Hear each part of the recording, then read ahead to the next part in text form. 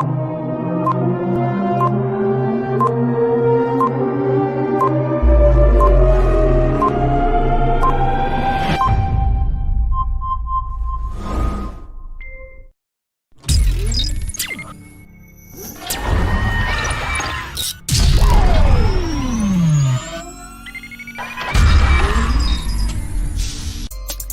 On the Clock fans, you're listening to another episode with your hosts Raul Lascano and George Martinez as they square off and tackle all of today's hot topics in sports news, trends, current issues happening locally and nationally, as well as highlighting some of our local student athletes across the Sunshine State. Now, welcome your hosts, Raul Lascano and George Martinez. You're on the clock. What's going on the clock, fans, man? We are here. I can't believe we're doing the video for the first time. So welcome to the show. We have so much to talk about. Let me bring in my guy, my right-hand man, George Martinez. What's going on, George? Sir, how are you? What up? Hey, man, we got a lot to talk about, man. We got NFL Black Monday that shows up, right, today on January 4th. This is the traditionally when everybody gets fired from the NFL, so this is going to be great. We got playoff pictures. We have Clemson smacking a twisted T to Ohio State in the face. Alabama finally took out Notre Dame. Thank goodness. Thank you, Alabama. And we have record-breaking Sunday in the NFL. Not to mention, we still have your guy, Jason Garrett, keeping the Cowboys out of the playoff hopes for another year. I can't wait to do this, man. What do you think, bro? You ready to go? I'm ready to go, baby. All right, so on the clock. Let's do it. On the clock, we'll start right now. Look at that timing. That's called timing. I love it. How you been, man? How was your weekend, bro? Weekend was good, man. New Year's. We're now first podcast of 2021. It is officially my birthday month. So for all the January 27th, baby. So that's right. For everybody out there listening, if you want to drop your boy some Cash App or give to another, just hit me up. I'll let you know. Yeah, hit the email up. We'll get you some money, maybe a show and a couple of glitter out booties. There you go. Dwayne Haskins. We'll make it to some good stuff, man. That's good though, man. How was your weekend? My weekend was filled with football. The kids playing football, freaking just watching football.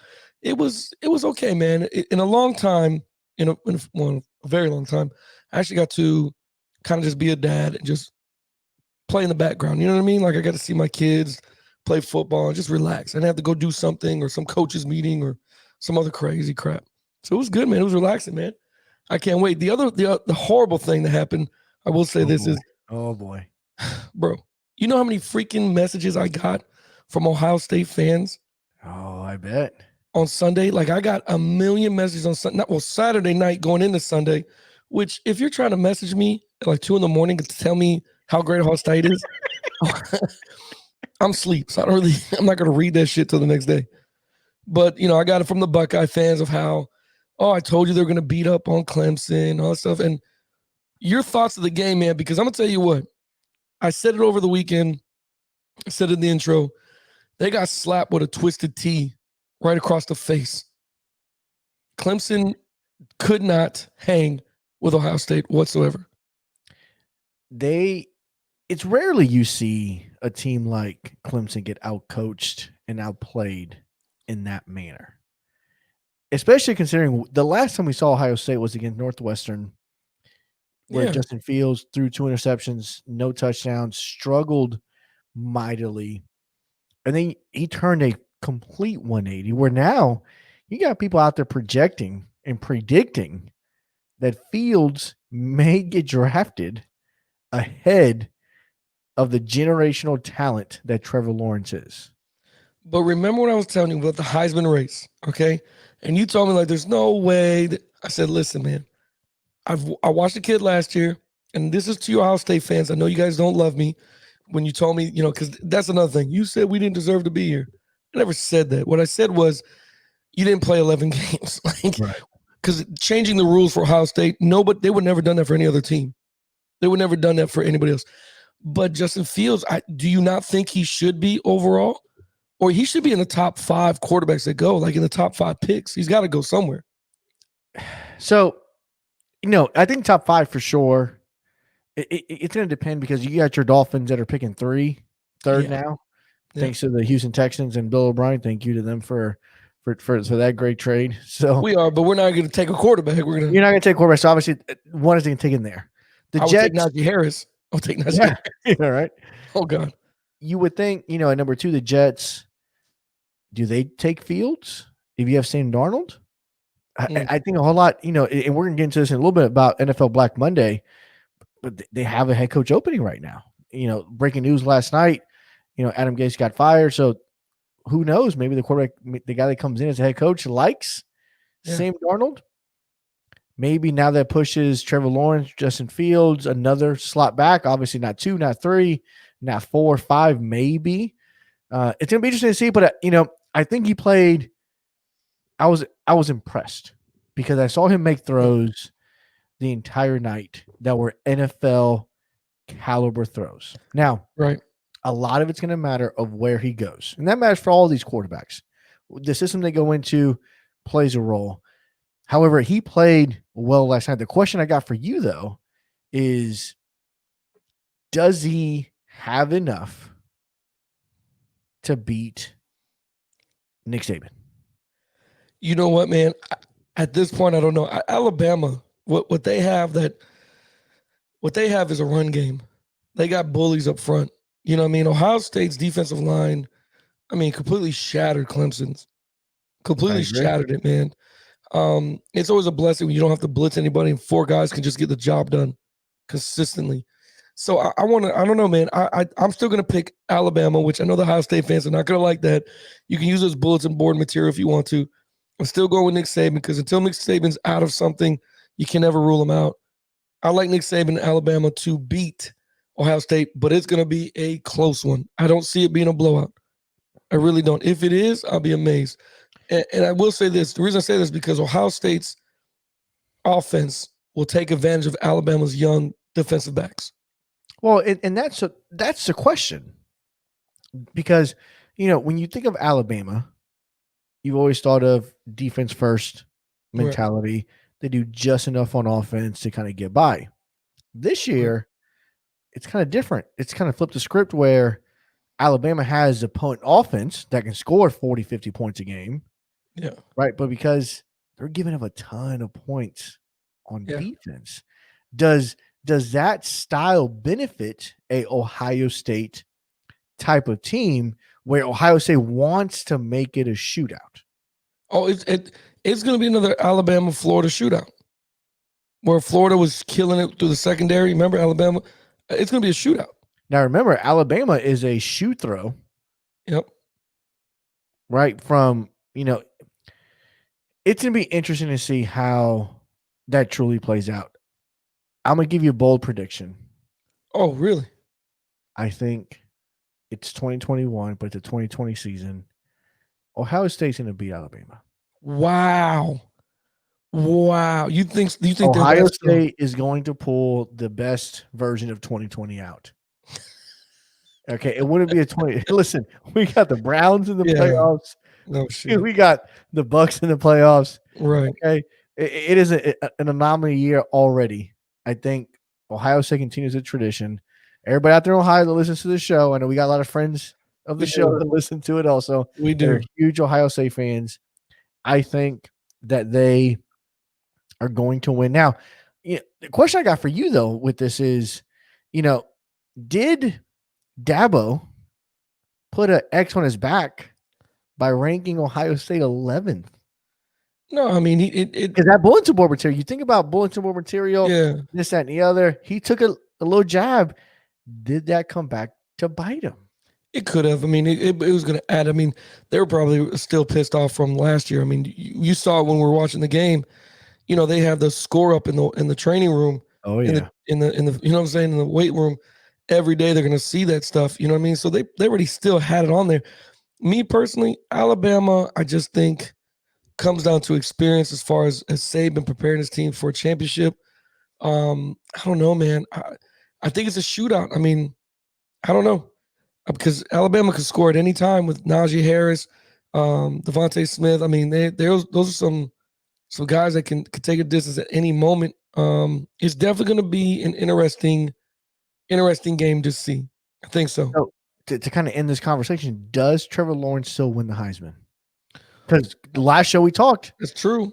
we were all kind of leaning, me, you, even Root the Truth, were kind of leaning towards Trevor as being the Heisman winner. Does this now solidify Matt Jones?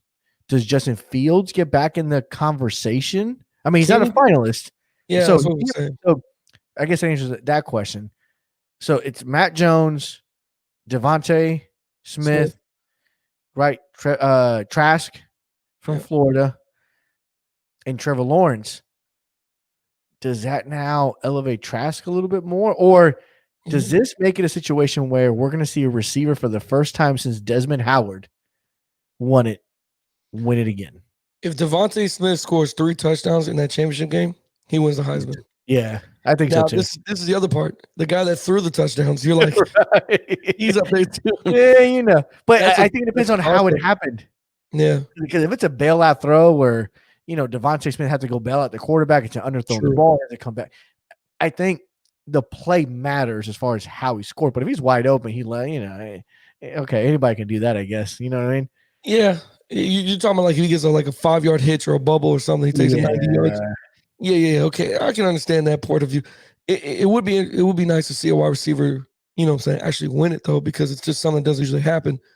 But I think if Mac Jones wins it or the Alabama wins it, Mac Jones becomes your Heisman Trophy winner. You know what I mean?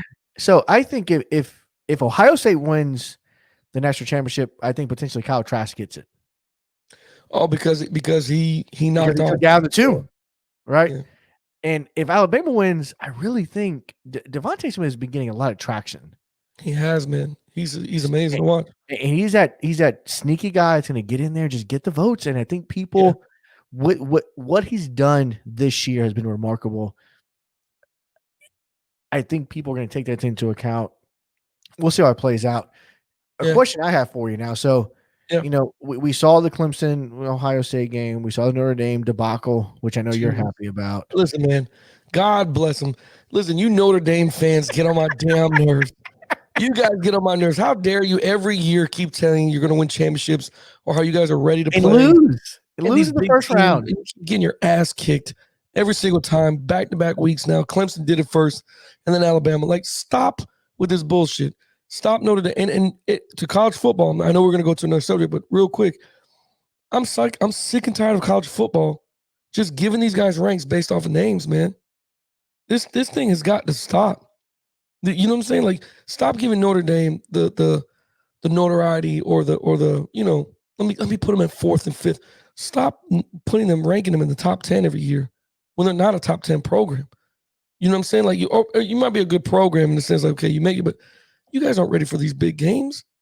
You guys are nice Catholic kids. Stop freaking playing these big schools and getting your ass kicked every week, man. I don't know, man. Notre Dame has nothing on offense that scares me. They don't. And we talked about that. Yeah. We talked about that because that's what I told you was, okay, name somebody that plays for Notre Dame besides their quarterback. Like, there's no one that says, oh, my God. There's no Devontae Smith. There's no Najee Harris. There's no Justin Fields, right? There's no Pets, for Florida. No right? Tony. Or Tony. Right? There's no one that's like, wow, this guy, we got to make sure we know where this guy is at all times. Yeah. There's just Notre Dame does not have the ability to recruit those kind of guys to Notre Dame. They just can't. And it's shown it year after year. Chip Kelly can get them to the dance because of the name recognition, because of the popularity. Yeah. But then they fall flat on their face. So brings up the question, right? Because Texas A&M looked great against North Carolina. Beat them, scored 41 points. If we had a expanded playoffs, right, where let's say, I'm throwing this out there, you go to 8 teams instead of 4, you double it up. Does this now stop more players from going and declaring and opting out of the bowl game? And now you get more meaningful games. Because right now, to be honest, when Florida played Oklahoma, it was television. It wasn't exciting football. Kyle Trask was out there from Oklahoma opt out. I don't think that many kids opt out from Oklahoma, did they? No. I think it was like 9 on Florida's team. Yeah, so it makes sense for if you have a younger team, Yeah, no one's opting out because you're a younger team. But a team like Florida had 6, 7 guys, 9 guys, like you said, opted out.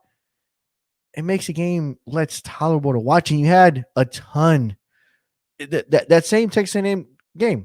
I know this brings back bad memories to you, but It's all good.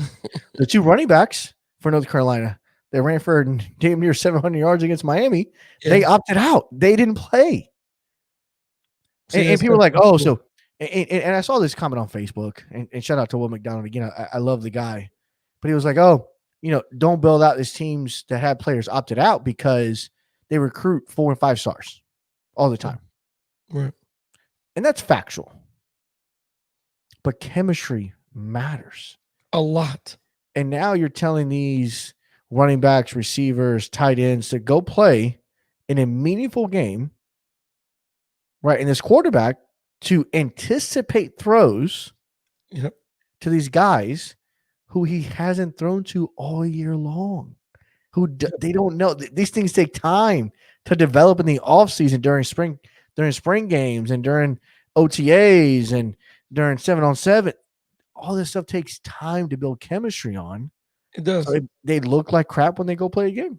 Of course, because you don't think Trask would love to have Tony or Pitts who understand, okay, middle of the field's open, we're gonna take a pose, middle field's closed, we're gonna corner, or we're not, they're gonna pull down, hitch it. They all are on the same page, like you said, because they've been doing it since January, February, March, April, the whole season. Then now all of a sudden we're gonna let the sophomore kid come in and do the same thing. Right. That's not, if the sophomore kid could have been doing it the whole season, he would have got in. He'd be in. He'd have the rotate him in there. But he can't, and like you said, it just sucks for everybody else. Like it's not a meaningful game. I wasn't excited to watch the game. I know you're a Gator fan, and I wanted to watch the Gators, but I wasn't excited to watch the game because I'm like, well, who's playing? No, I don't want to watch this game. And I'm sick of watching Cheez-It Bowls and freaking all this other shit. Like, come on, man. Miami, the Hurricanes, same thing. We lost as well, and I'll tell you what, man, but we lost 3 of our starting defensive players, 2 of them being the best DNs in the country. They opted out. They're not going to play. Our linebacker didn't play. We're just like, okay, well, that sucks. Then De'Aaron King gets hurt, and he because our right tackle decided to opt out as well. So now you put your quarterback in danger to get hurt. So why even play? Why? And that's the point. But if you expand it to where you could possibly get into a championship, right? Could you imagine if there was an expansion?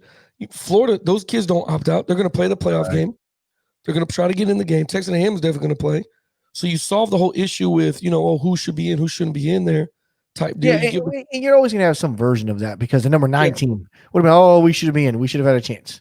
Right. But the idea that I proposed to you back then was your 6 conference champions and 2 wild cards. That's it. So in this situation, you would have had your BYUs of the world would have joined, would have been in this and the other. And you would have had your wild card teams in, Texas A&M being one of them, more than likely. Oklahoma, maybe another one, maybe Florida. Who knows who the other team would have been. But at 8 teams, I don't think we need that many bowl games. Bowl games aren't what it used to be. They're not what it used to be anymore. It used to be something exciting for the Orange Bowl. It mattered. The Outback Bowl mattered. The Sugar Bowl mattered. The Rose Bowl. They had a whole parade for your Rose Bowl. Remember the parades? They don't do that no more, man. Nobody gives a shit. You made these bowl games seem like they're not like they're a Cheez-It Bowl or the Nokia Bowl. Like nobody. Come on, man. Hey, you know what? Maybe in 2021 we can get the On the Clock Radio Bowl. That'd be great because that's exactly what you're playing for. That's exactly what you're playing for. And instead of a game, just bring everybody on the show. We'll meet on the 50. Yeah. Right. And just sit there. The trophy's gonna be one big Cuban sandwich with a freaking a couple of empanadas. And speaking of trophies, real quick, I don't want to go off. So you saw the trophy that broke in the locker room? Did you see that shit? Are you fucking kidding me? Oklahoma wins the game, right? And then they're playing around with the damn trophy, and it shatters. How did it shatter? What kills me is nobody saw this guy take it off and hand it to your team. You know what I'm saying? It wasn't just one whole trophy, you jackass. and you down here bouncing around the locker room and you shouted, and then these guys put like mayonnaise or some shit on. Like, come on, man, There you go.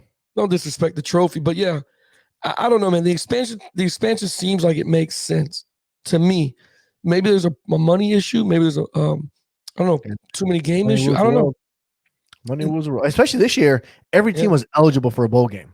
Yeah. I mean, I observed, which again, we're going off on a different subject. Did you see the fight? Mississippi State and who was it? Mississippi State and Which typically Mississippi State wouldn't even been in the bowl game because they're 3-6. Yep. They're Yep. 3-6. So you have to have 6 wins in a normal non-COVID year to qualify for a bowl game. But because it doesn't matter, any teams can play. And we had a all-out brawl. Unbelievable. Let me do you now, I'm not all about condemning kids, but those kids definitely, you know what I'm saying, out of a 10-game season can't play 6, in my opinion. I don't know if they get any kind of suspension, man. You don't think so? You don't think? I mean, that was a pretty people getting kicked in the head with cleats and shit, man. It was disgusting. It was almost Miami-ish. It was almost Miami versus FIU. Especially that coming from you is hilarious. Yeah, it was a little bit there. Looked good. You know what I mean? Didn't do too bad. Speaking of people fighting, though, we got coaches that are going to be fighting for their jobs today. Yeah. So today's a dreadful. They call it NFL Black Monday. Yeah. You have Cyber Monday. Yeah. You got Black Friday. You got Black Friday. Yeah. You know, youth and Little League, we used to call it get your ass kicked on Saturdays. Yeah, U-Haul. Come get your U-Haul. Yeah. Come get your back the U-Haul up. There's a couple teams on Saturday. Yeah, the playoffs, that's right. Playoffs. Hey, man, there's a couple of them that the U-Haul was already out there. They already knew what was going to happen. That's crazy. Yeah. Again, short story. In my 13 years of coaching youth football, do you know how many times I've ever ordered a U-Haul to show up at a playoff game? Never. Not a damn time. Never. I am never bringing no fucking U-Haul. Now, I've had coaches within my organization that have also made the playoffs want to order them. Right. And at that point, I told him, I'm the AD. Win or lose, you're fired. Because if that's a mentality that you're walking into a playoff game, I don't give a shit who we're playing. Right. I don't care if the spread is 60-0. Yeah. And you're a 60-point underdog. No. I mean, I'll collect your shit at the end of the game, but I'm not bringing a U-Haul. Yeah. But no, I've never in my life ordered a U-Haul to show up at a playoff game. I wouldn't either. I've done it. I've actually not. I lied to you. I've done it one time. Really? It was Super Bowl against the Jags because the season was over anyway.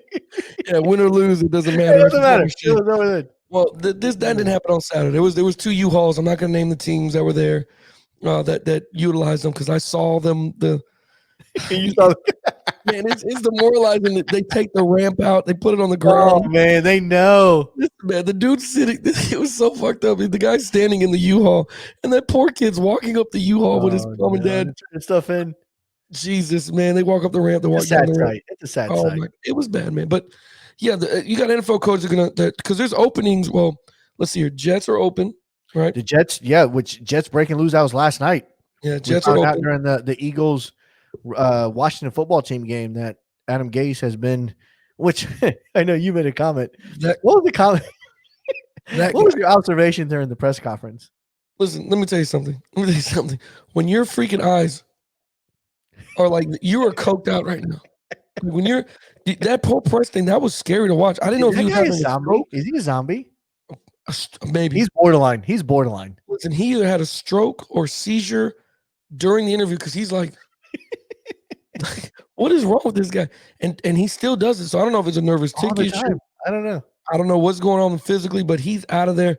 And we both said it. We knew he was out of there. When you have to blame yourself for the offense and you tell the entire press conference, I know our offense is playing well, but that's probably my fault. Okay, then you just wrote your ticket. If you were ever on the cuff, you wrote the ticket. If you're on the borderline, that was definitely it. You wrote the ticket. And I tell you what, man. Good riddance. Get out of there. Thank Adam goodness. Case, he came from the Dolphins, man. I couldn't stand that guy either. He was the worst. Okay.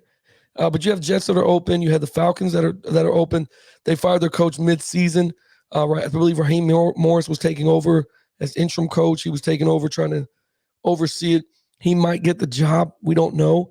I doubt it after a bad performance of the season. Because if you really wanted the job, you try to win those freaking games as best you can. And then with the rumors of them shopping Julio Jones around, it looks like a total, like you were talking about with Ruth and stuff. It looks like a total, we're just going to get rid of everything and see what we can do, rebuild type thing. And then you have the Lions, of course, which rumors are coming out. Matthew Stafford will be going away and leaving the Lions, which I said that 2 years ago. He should have left 2 years ago. You should have kept giving these guys the best that you had over and over and over when they weren't trying to help this guy out. When Megatron left, they didn't really try to surround him with anything. No great draft picks, no really, you know what I mean? No nothing that was significant. You know what I mean? He will go down as one of the best quarterbacks to never make it anywhere. Yeah. Yeah, he will. He's never in the postseason. Ever. And it's sad because there's a lot of teams that can utilize him, man. Absolutely. There's a lot of teams. Does he retire? No, I don't think he retires. He plays again? Yeah, I think he plays more, man. And besides, there's a lot of opportunity from these teams. You know what I mean? Matt Ryan might not be in the Falcons. You know what I mean? Matt Ryan might not be there. So he might be okay with going over to the Falcons and wanting to get a couple someone. I don't know. But there's opportunity for him to play somewhere in the NFL. We don't know what the Colts are going to do with Phillip Rivers. You know, the rumors are supposedly Phillip Rivers are being approached to go work broadcasting. That's what I'm saying. Drew Brees is leaving. Drew Brees will be retiring at the end of the year, allegedly. I mean, it's not confirmed, but our sources have been pretty spot on. That it's looking very likely that this will be his last rodeo, which I'm going to go back to 3 podcasts ago. Yeah. When I told you he was having troubles in the locker room with his teammates because of the comment he made at the beginning of the year. He has to. This would be his last year. Yeah. And it's going to be the rib injuries, and he's getting older, this and the other. Again, this is the exit I was telling you about. Yeah, you called it, man. You were spot on with that one. You were spot on because I don't know. Maybe he doesn't have another year in him. Maybe he's just done because of those comments, because that Michael Thomas refuses to play with him. We'll see how the chemistry looks in the playoffs because now Michael Thomas is eligible to return this week. Yeah. Now in the playoffs, we'll see how they end up looking. But so I know you said the Falcons.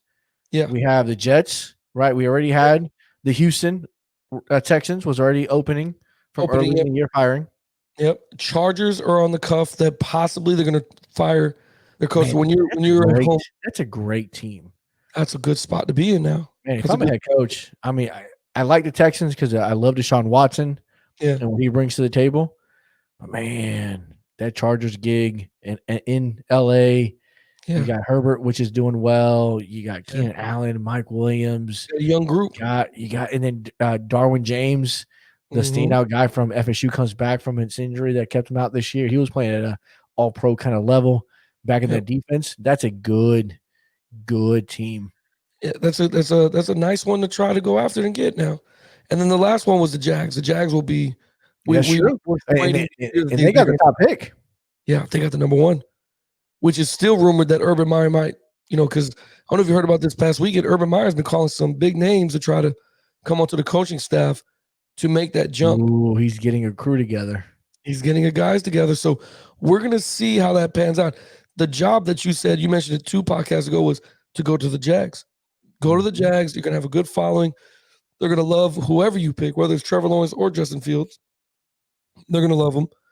But do you see any other jobs that might be opening up after this season? I don't think Carolina will. So after replacing Ron Rivera last year. No, it's a guy's first year there. Right. And even though the next comment I make, it's also the guy's first year there. I think Mike McCarthy is a guy with the Cowboys that could be on the cusp. Yeah. He didn't make, but then you wonder how much losing Dak, gives him another year. That probably is the excuse. That's probably the out right there. That's probably the out. He gets a benefit of the doubt in that situation there. So that's going to be one that's kind of interesting to see how that kind of all plays out. But man, there's going to be 6 potential Yeah. openings. Yes, a lot.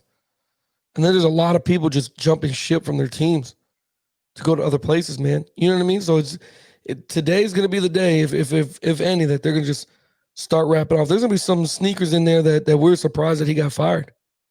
We're gonna look at it like, oh wait, I didn't know he was doing that bad of a job. You know what I mean? There's always you know what? Here's a guy, the guy that coached at the Bengals. Oh, the Bengals, yeah. Well, what was his record end up being, like 6-29? He's terrible in the last 2 years he's been there since replacing Marvin Lewis. So then he's on the cuff as well. Then I would say he's definitely on the cusp. Yeah. So yeah, that's what I'm saying, man. There's so many job openings. Who won Coaches of the Year for you? So you got NFL Black Monday, which right is the downside of it. But who? I know we've been both on a positive note, right? I know we both been Adam Flores kind of bandwagon kind of guys because of the job he's done this year. Yeah, Brian has done a great job. I love what he's done with the dog. I know we didn't make the playoffs, but I thought he did a really, really good job. Are you okay? Are you okay? Yeah, I mean, when we started at 88% probability of going to the playoffs after last week, Fitzpatrick, right? It dropped down to 75 when they heard Fitzpatrick was out. It dropped to like 64 when they heard that the Bills were going to play all their starters. It dropped by 1 o'clock. I think it was like 44% probability after the 1 o'clock games that we can make the playoffs, because we were hoping that, maybe the Jaguars were going to beat the Colts, but everybody knew the Jaguars were like, we've been losing all year. There's no reason for us to change who we are. This number one pick on lock. We are still going to shit the bed here. So it went down all the way to like 12%, and then, of course, eliminated once the Colts definitely beat the shit out of the Jags. So, but I'm not hurt about it. Again, what Brian Flores has done is rebuild, and he's taken his time doing it. And this is going to sound funny. It's almost the recipe, or it reminds me of Jimmy Johnson. It reminds me of Jimmy Johnson-esque. I'm going to take all these draft picks. I'm going to sit there and take all these things. I'm going to build slowly, and we're going to turn this thing around. And then it worked out. You know what I mean? We've always talked about the Herschel Walker trade that Jimmy made. You know what I mean? It was a big trade. It was a trade now for a future. It was, and I think Brian Flores did that last year to put us in a good position. Because think about it, we got the number 3 pick. You know what I mean? Me personally, I think you go get a running back. I think Gaskins did a good job though. So if you're going to take a running back, you got to trade back. Mm. You trade back, rank 3, collect more draft capital. Yeah, to draft more of the guys you want. Okay, or get a lineman. I agree with that. I think we need an O-line, D lineman, and I think either side of the ball definitely use it. Yeah, we do that, or what do you? I think we need a couple more. We need O linemen. We definitely need O linemen. You can never have enough of those guys. Well, and you need skill position guys. You need a couple skills. That's what I'm thinking. You need a running back, and you need somebody else to complement Devontae Parker, because he's out there by himself, and he's not number 1.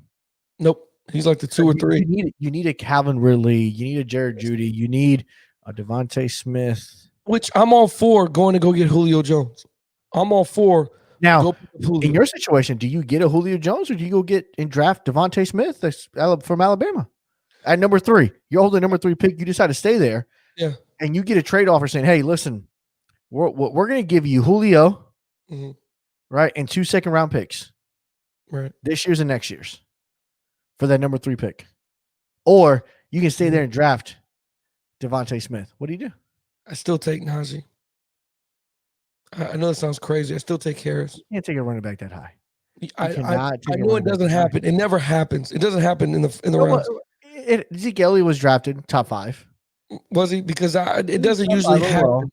Right. We need a run game to accommodate that. Tua cannot. There's other, and Najee Harris isn't a top 40 player. But I don't even think Devontae Harris, isn't he a freshman? He's not even coming up. I don't think he comes out of the draft.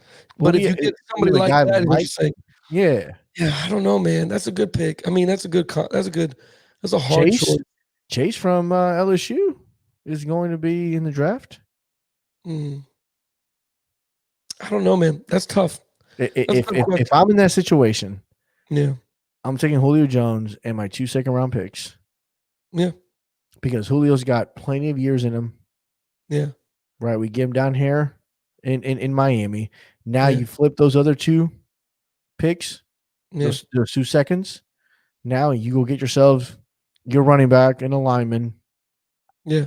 And you still pick in the first round because Yeah. You still get quality guys. Right. That's Houston's pick. Yeah. That third round pick is Houston. Mm-hmm. So they're still going to make their 18, 19 pick, whatever they have now in the draft. So you're still going to find quality talent there. I don't know. We're definitely interested to see how that's going to play out. You know, I know we're talking about coaches, good and bad. I'm going to give you the best one. The best coach. The best.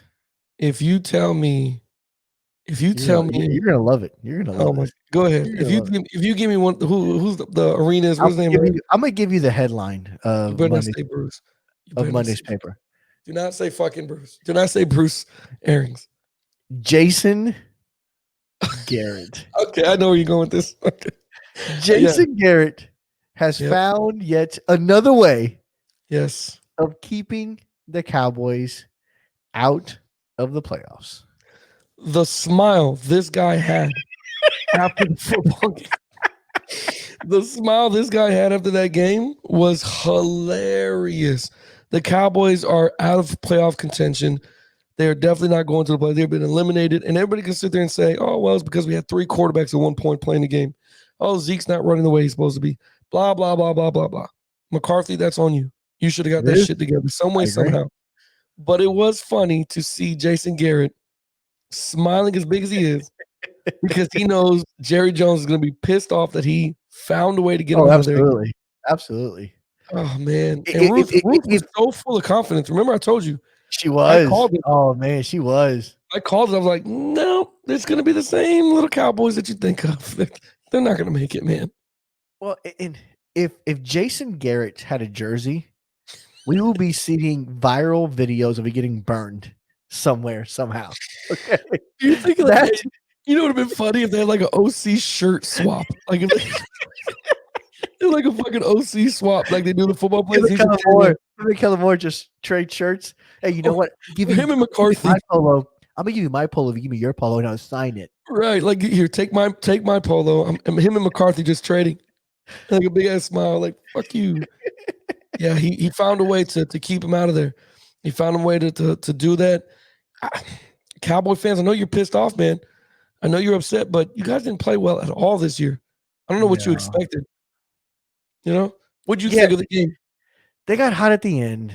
Right. They won 3 out of the 4 last games of the season. So they got hot at the end. The defense started playing better. But what I was afraid of, and I said on the last podcast, was in there somewhere are those old Dallas Cowboys.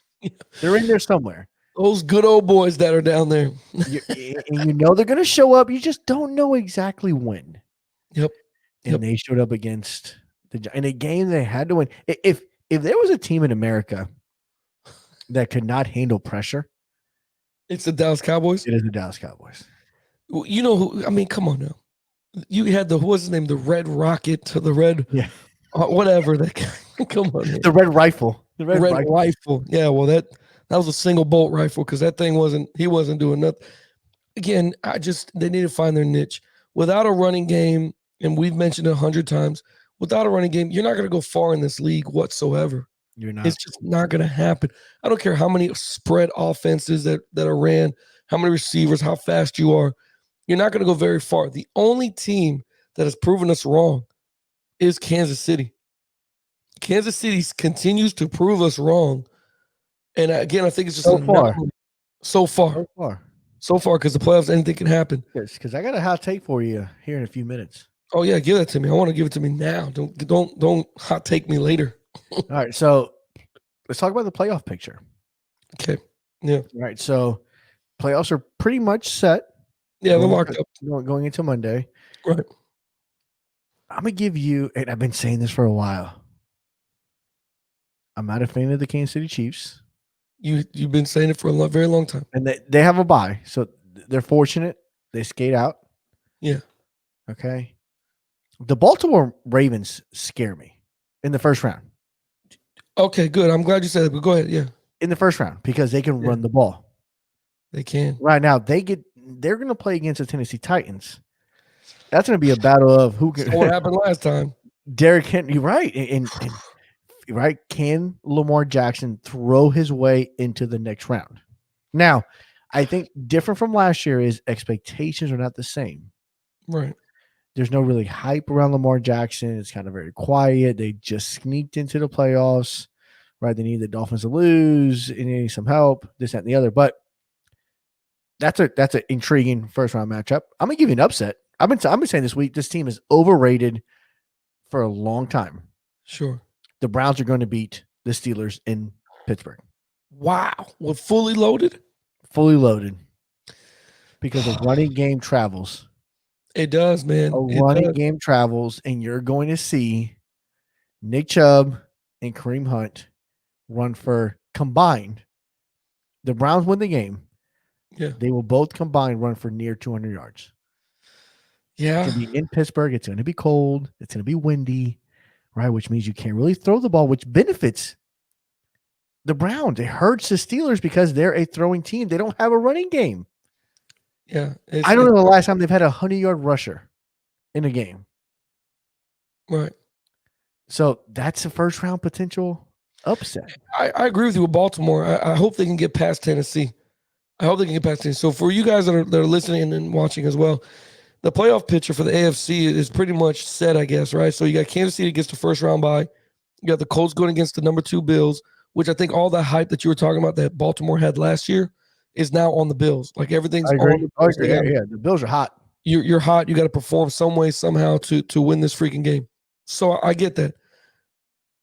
Cleveland and Pittsburgh is going to be a tough matchup. It's going to be completely tough. Fully loaded, I don't see them beating Big Ben. I don't see it because we mentioned it maybe probably like 12 podcasts ago. You mentioned it. Baker just can't win the big game. Baker struggles to find a way to win the big game. This is going to be a huge game. He's got all of Cleveland on his shoulders right now making the playoffs. I agree, but here's a reason why they win the game. Why? I know you said running. The wind, the conditions in Pittsburgh Right. will force Cleveland to run the ball more, which will take the pressure off of Baker, let him go play action pass, throw the ball short to intermediate, check it down, Yeah. and play keep away From the Steelers. That's a good point, man. What do you think the points are going to be? Who wins it? I think Cleveland wins by a touchdown. Wow. Okay. Because field goals, so kicking is important, and we saw Tennessee barely make a field goal right last week to win a game. Yeah. In Pittsburgh, the kicking game is going to be irrelevant because the wind. You're going to see more teams going for it. Pittsburgh and the Browns going for it in those situations because of the wind. It's harder to kick a field goal in Pittsburgh. The way the stadium is set up, the way the wind whirls. So you're going to see more teams go for it. So that's why I'm saying it's a 7-point game solely because of that. Okay. If it was a normal, traditional indoor game, I'm saying it's 3.5 points. Right. Is it spread there for me specifically? But so you're calling Baltimore to. You're calling Baltimore to win, Cleveland to win. What about Colts and Bills? Bills. Oh, Bills are I think Bills are hot. Yeah, I was going to. Bills are going to wax. Unless Phillip Rivers finds a way to kill them. Those are solid picks, though. Who are you taking? I'm taking Tennessee. Okay. A zebra don't change its stripes, man. We all know they're gonna give that ball to Derrick Henry. We all know they're gonna run that right down your throat again. We all know somebody in that stadium and Baltimore jersey is gonna get stiff-armed into the freaking bleachers. Where's Earl Thomas? Where is Earl Thomas? Right. He was the one that was last year. He was, man. Talking about we could tackle. No, people just afraid to tackle him. No, ain't nobody afraid to tackle him. He's just throwing bodies around. So I think you got to play Derrick Henry. And I know this is going to sound crazy for me to say because I've never been on his bandwagon. I'm still not, but he's playing well. It's Tannehill. Tannehill's playing pretty well. He is. He's playing well. I'll give that to you. And I freaking and I'm not going to say that. I know this sounds crazy. I love A.J. Brown over there. He's a DJ Metcalf clone. Oh, my God. I love how he's playing, man. He just doesn't use him the same way. They don't, and he's a big body receiver coming off that play action. You know who's going to go to. I kind of like Tennessee to beat them. To this day, I still have never seen Lamar Jackson make the 15-yard out throw. I haven't seen him do it at any of these games so far. Yeah, they got the running games. I think they got Dobbins is his name. He's playing well too. I haven't seen him be able to throw that ball, and I think Tennessee's going to tell him, "Hey man, just beat us with your arm. Let's see what you can do with that arm of yours." We're going to find out. Because Tennessee has a formula to beat them. They do. They have man. a blueprint. They did it last year. They now, did. flip over to the NFC side. Sure. What are your thoughts on the NFC? Because you got some interesting matchups, right? You got the Bears. Mm-hmm. Are going to take on the Saints Yep. in New Orleans. Yep. Right. You got the Bucs are going to go travel to the NFC East champion. Yep. Right. Who's going to win these matchups here? Chicago's got a hell of a defense. They got no offense. Do they have the chance to pull the upset against New Orleans? I don't think so. I think New Orleans offense is too hot. I think New Orleans defense doesn't.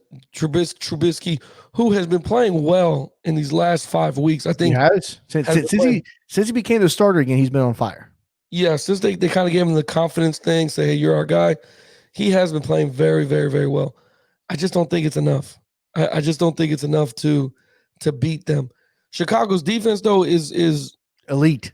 It is, man. They're really, really good. So if you can find a way to get 2 touchdowns defensively, then you got a ball game. Seriously, you got a ball game. Chicago, you got to score twice on defense. Yeah. We need to score 2. Trubisky can manage the offense, and then you got a chance. All right, you got a chance. The upset, the game that I'm circling as a potential upset here is the Rams traveling to Seattle because they don't have the 12th man over there in Seattle. There is no stadium. Took out the 12th man. That's it. COVID took him out. Yeah. Does it happen? Does Jared Goff and the Rams, which the Rams have one of the top, if not the top defense outside of New Orleans, because they have really good defense themselves, do they beat a Seattle team that's been struggling the last couple weeks? Normally you want to be one of two. You want to be a team that has figured out offensively and you're clicking all cylinders, or a team that's figuring out defensively. Right. You don't want to be going the other direction. You don't. And the Seahawks have been going in the other direction offensively, and now they face one of the best. You got Aaron Donald, you got Jalen Ramsey, you got those guys on that side of the ball. It's a fucking load over there. Is that going to be an upset? It all depends on Goff. It depends on what Goff we get that day. Yeah. What Goff do we get that? I know the defense is if Goff can keep the defense or not put the defense in a bad spot. If he can make sure he can manage the game. Just manage the freaking game. Couple first downs. Even you got to kick 3 points because of Seattle. Remember, these two teams played before. It was a grudge match between these two teams. It's going to be a very well defensive team. It just depends on who decides to show up quarterback wise. We get the opportunity to see another third time matchup because you got the Browns and the Pittsburgh Steelers on the AFC side. Yep. Meaning for the third time, and now you have the Rams and Seattle Seahawks meeting for the third time. Yep. To me, Jared Goff is not the key to this game. Who is?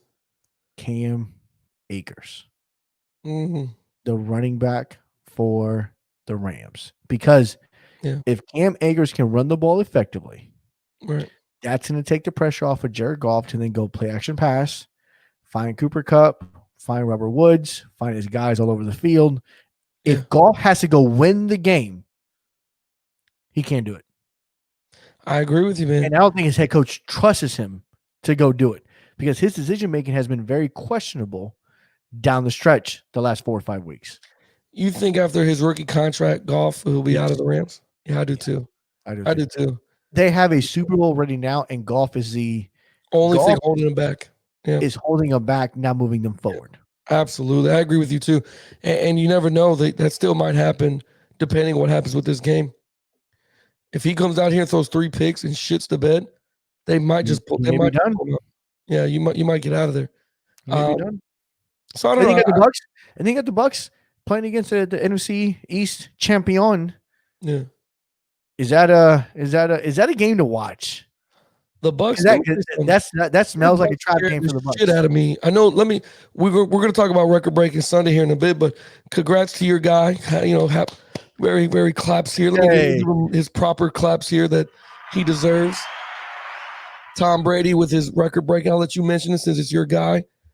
Yeah, so Tom Brady this past Sunday had his 299 career start, breaking Brett Favre's record of 298 career starts. That's a lot of games. Oh, that's why I say, well, fucking done. Hey, dude, off to you, man. And Tom Brady has also, and this is going to transition right into our record-breaking Sundays, but I'll talk about it in a bit. He threw 40 touchdown passes. Yes, he did.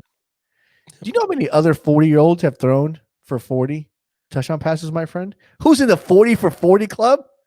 James is in the 30 for 30, 30 picks, 30 touchdowns, right? Brady's in the 40 for 40. He's 40 years old. Who was the other one? 40 touchdowns. Peyton Manning. Really? Peyton Manning did it with the Broncos.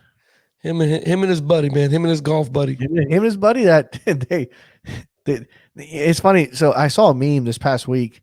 Tony Dungy threw a jab at Brady for, winning games or something across the other. Right. And all Tom Brady did was reply back with a picture of the banners that hang in Indianapolis for AFC Championship wins. They have very Brady-esque. That's all he did.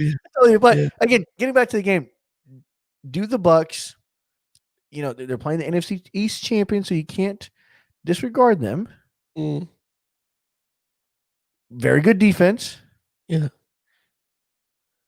Do they stand a chance against them?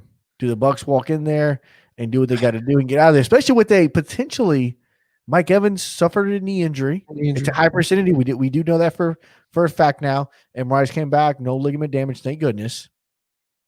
Yeah. They may or may not be with them, with or without him on Sunday. Mm-hmm. What happens with the Bucks this weekend? Before I give my prediction, I want to hear your prediction. I'll make mine real quick. I know we're running on time. I'm gonna tell you now. Me personally, it depends on if the Bucks can stop Chase Young. If they can isolate him, find him, and not have any problems, they'll be good to go. Otherwise, I think Chase Young causes havoc on your line offensively. I don't think Washington can go score for score with you guys whatsoever. I don't think they can do that at all. I don't think so. I don't think they have the offense. Yeah, I don't think so either. To do it. Yeah. I like us by 14 points. Yeah, I think you guys come out of there. Now, you scared the shit out of me. I'm not going to lie to you. I think you scared all of Tampa yesterday with your performance against the Falcons. Okay? Because that third quarter was very heart attack-ish. It was. They were like, "What? Wait, whoa. What?" And then in the fourth quarter, they reminded everybody who we thought they were. And they light it up. Yeah, they did what they're supposed to. But that third quarter, I don't know if somebody was like, "What I told you, don't touch my play sheet." What I tell you, Byron, the next time you come down here with that fucking shit, we're not. Listen to me, man. Stop playing. All right? Call these plays. This is the sheet I gave you. Stop using yours. You use mine. If you start using it, then I'm gonna call my own plays now. You wonder if they go like to the wristband. I told you 2. Just run number 2. Stop talking. But I mean, I think your Bucks will be fine, man. I think they'll be okay. So here's the situation. Yeah. If the Rams beat Seattle, the Rams will travel to Green Bay because the lowest seed goes to Green Bay. Yeah. Which means the highest seed would then travel to New Orleans. Would it be the Rams or would it be the lowest seed is the 6th seed. The Bears have to beat the New Orleans, which is not going to happen. It's not going to happen. Okay, so that's what we're talking about. Saints so the Saints would advance. Right, so they would be the lowest seed at 6. Yeah. The Rams would advance, and the Bucks would advance. Right. Of those 3, the lowest seed is the Rams. So the Rams would go to Green Bay. Mm-hmm. And this would set up another third-time matchup in the playoffs. Now you get the Bucks in New Orleans for a Jesus. third time. And let me Now, tell you something. that's another You guys were podcast. I don't shitting even the want to bed. talk about it. Yeah, you guys were shitting the bed on that one. Jesus. Oh my God. Or if Seattle wins, Hmm. Seattle would then go to New Orleans, and the Bucks would take their happy ass over to Green Bay and Yeah, go and you're gonna play play against fucking Aaron Rodgers in the in number the one cold. seed. They've already but we beat him in Tampa 31-3 or whatever, 38-3, whatever it was. A Yeah, well, shellac. you guys shellacked them. You guys shellacked them. But the weather was fine, and Oh, you it was now you 80 gotta go to degrees and Orlando. sunny. You gotta go up there. So I But don't we have the guy that's born in the cold, and Tom Brady. He's if anything, he'd be in his own element playing in no, the cold again. he will be fine, and so will no, I want to say Antonio Brown. No, Antonio Brown will be fine. I think He'd he'll be be okay. okay. He's Pittsburgh. Yeah, I think he'll be okay. I think everybody else on the team will fucking Yeah. not like Gronk will be okay. Yeah, Gronk Gronk will be okay. He'll be okay. But it's gonna look this playoff, however it pans out, is gonna be amazing. Along with your Tom Brady and the records that were broken, there was other guys that had a record-breaking Sunday, man. They had a beautiful record-breaking Sunday. I want to touch on it because I want to get your opinion on which one's the most impressive. Which Tom Brady playing 299 games is Career starts. Not that's career not many games he starts. played, just But career okay, starts. career starts. That's how long he's been starting. It's still amazing, bro. Especially in the NFL, playing at the quarterback position for as long as he's been playing. It's still an amazing one. But there were some noticeable, Some big amazing ones. records, huge ones. Derrick Henry reaching 2,000 rushing yards. I think that's huge. He's my MVP. I don't care about Rodgers. I don't care about Mahomes. I know. It is Isn't that so crazy? hard to run for 2,000 yards when it's an 8-man box stacked against you all day And long. literally, I have to take two guys and throw their Right. bodies 200 pounds to the left or the right. Yeah, every single time. I think that was notable. I loved it. So the other one I'm going to give you also is Lamar Jackson going back to back, rushing 1,000 yards. Did you know that? Wow, did not. As a quarterback, rushing 1,000 yards back to back seasons. That's amazing, man. That's amazing what Lamar's doing. The other one was Jefferson over at the Vikings, wide receiver. Let me tell you, the rookie. Now I'm gonna give you something here.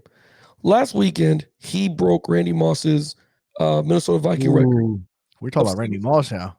Randy Moss of 69 receptions, he broke his record Okay. of his rookie year. Not only that, he also passed him in yardage. Randy had 1,373, I believe. He got 1,400 on the dot. Okay, here's the fun fact part. He did it in 14 games because he didn't start the first 2 games of the season. Wow, so he did in 2 fewer games than Randy Moss. He did in fewer games than Randy Moss. So when asked by a reporter, what do you think would have happened if you played? Kid was like, can you imagine? He said he literally told the reporter, "Oh, we would have brought the record sooner then." That's you know what? I love that kid. He's good. You gotta love him. I'd have brought the record sooner. That's what that means. He's But good. he didn't play 2 games, and then you have Tom Brady's record of 2. So I give you those 4. Which one of those 4 do you like that you think, okay, that's most impressive? For me, man, it's tough Because they're all beautiful records, man.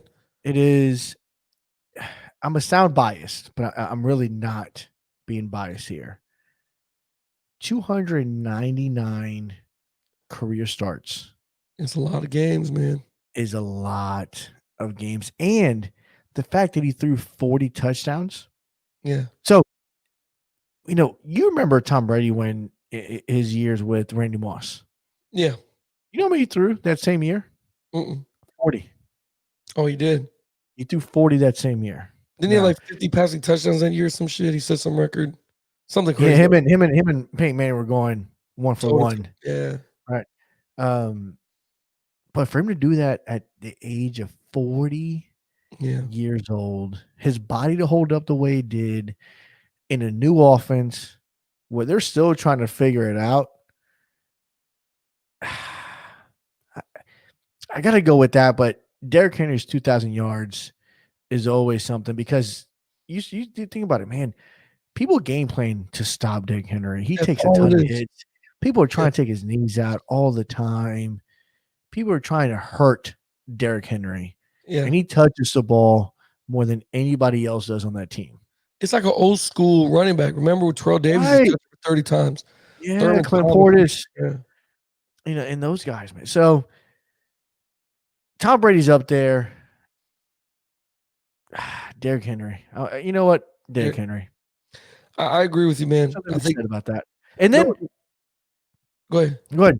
Oh, I was gonna say no offense to Lamar Jackson rushing for 1,000 back-to-back seasons. You know, when we used to think, you know, Michael Vick was the greatest rushing quarterback that we ever saw, which I still think he was amazing, more electrifying. But Lamar Jackson shot. I mean, these are not, you know, these records weren't you know, nothing to bat your eye at. Like, these are some nice freaking records They to be are. proud of, man. That are accomplishments, especially in the NFL. You know what I mean? To rush for 1,000. I like the Jefferson kid at the Vikings, man. Okay. I did, man. Yeah, I I just mean, you broke a record that Randy Moss had. That's not respect, bad at all. Not a right? bad day. Respect, man. And you did in fewer games than they did, and making the Vikings realize that, okay, maybe we should have got him involved more early on, or maybe that was the plan. You know, you never know. The Vikings might have not wanted to ruin their rookie, you know, prospect or whatever very early on. So it could be one of those situations. But shout out to the kid for doing it in a rookie year when you know, Randy Moss lit that whole world on fire in In a COVID 1998 when year. he came out. In a COVID year. In a COVID year. Shortened. I mean, you really did. There was no preseason games. Is that and the other? Right. I also want to give a shout out to us. Oh yeah. We had a record breaking year as well. Yeah, we did, man. So we were the winners, or I was a winner of the OTC Sports Fantasy Football League we had with our fans. Yeah. Yeah. So we got that one check, and then late on Sunday, probably about 11 o'clock at night, we clinched the FanStreamSports.com championship game. Well, first of all, it went to week 17, It did, which is I am amazing. protesting next year. It should no league should ever go That to long. week 17. I agree. We had Camaro on the bench because he had COVID. We had Tyreek Hill on the bench Yes. because of nursing a playoff when he was basically being benched. Him and Mahomes and everybody When else. we go back on JP's show, I'm going to mention this to John Decker. You got to tell him that we literally put a combined. We had a free agent team. Because it scared me last night when they pulled out, because you drafted Jalen Hurts. You drafted Jalen Hurts to play in the game, and it scared the shit out of me when they pulled Jalen Hurts out to put Stufford, or whatever his name is, for the Eagles. I was like, oh my God, are we going to make our points? Oh my God. But we did. We were able to win it. So you did phenomenal, man. John doesn't, these guys got to respect us now next year. You got to put some respect on the clock name, baby. Yeah, the next time they have the draft party, I will be there in my glasses and a T-shirt that says, "You want smoke again?" Like, come on, man. You guys don't want to do this again. But George, listen, man, that is all the time that we have for On the Clock Radio, man. And I tell you what, brother, I love you to death, man. This 2021 is going to be an amazing year for you fans that don't know what's going to be happening. And we're going to have a coaches roundtable of notable coaches to talk about actual in-depth in the game type of football, man. So if you're an aspiring coach, if you're someone that loves the game of football and you want to learn a little bit more in-depth about football, since me and George have been coaching high school football for about 3-4 years now, we're gonna go real dive deep into it. We got a beautiful lineup coming for you for the month of January. We're gonna announce everybody once we get the schedule set. But listen to me, you're not gonna want to miss it. You're gonna want to log in. Do you think about the potential here, George? Think about something that potentially somebody's gonna watch our video to learn more about some part of the game, whether it's the 4-2-5, the 3-3-5 stack, whether it's tempo, 11 personnel, 21%, whatever the case may be. R4, the below the hard deck, above the hard deck, wide zone, inside zone, all this stuff. You guys are going to get that from George and I, and also the coaches roundtable, and you're going to get a couple laughs, a couple Coronas and Hot Pockets as well. So it's going to be a lot of fun, man. Keep doing what you're doing. Wear your mask, be safe, and love each other, man. George, I'll see you again when I see you, man. Yeah, later this week we'll be for another show. Again, if you like today's show, please follow, subscribe to the show. It's absolutely free.